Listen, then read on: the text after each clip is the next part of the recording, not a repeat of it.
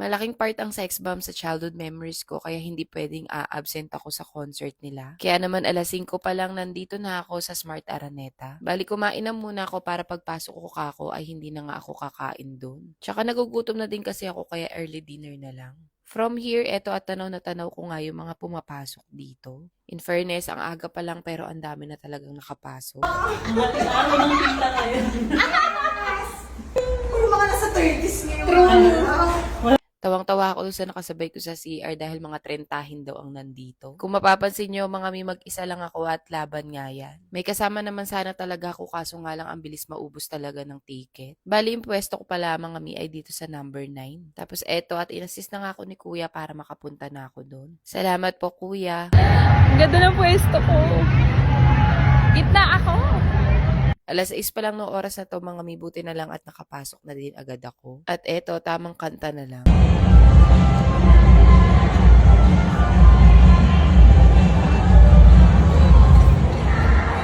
Kung minsan, mas okay din pala mag-isa, no? By the way, magsi-CR lang sana ako tapos nakita ko nga itong napakagandang si Miss Andrea Torres. Alam nyo ba, nakakatuwa dahil napakadaming early bird dito. Mahahalata mo talaga na sobrang excited talaga lahat. At hindi pa nga nag-i-start mga miayan at mga nag-iinit na nga po yung mga nandito. Hindi lang to reunion ng sex ba mga may reunion din to ng mga batang 90s. Namili pala mga mi na mga pwede maka-showdown ng sex bomb. At kapag tumapat nga yung camera ay ikaw yung mapipili. Sobrang nakakatuwa mga mi dahil yung iba ayan at buwis buhay talaga. Kaya man ang ate girl ayan at tawang-tawa.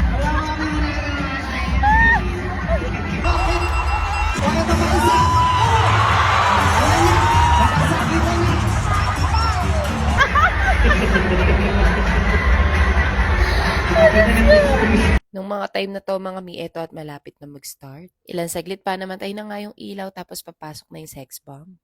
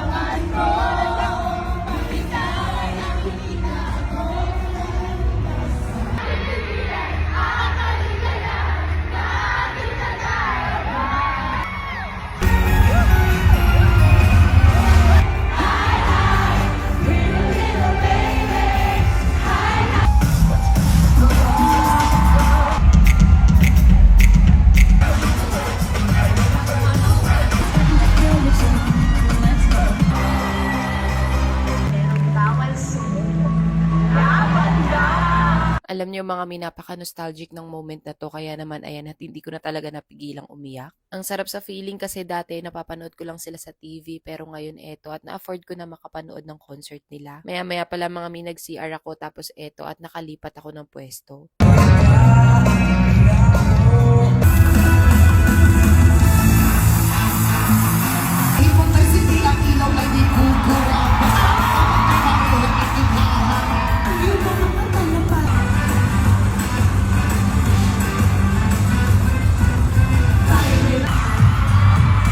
Ang dami din palang guests mga mi kaya naman napakasaya.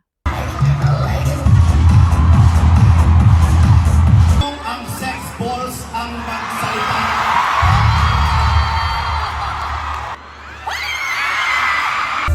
Yabang-yabang, pare-pare.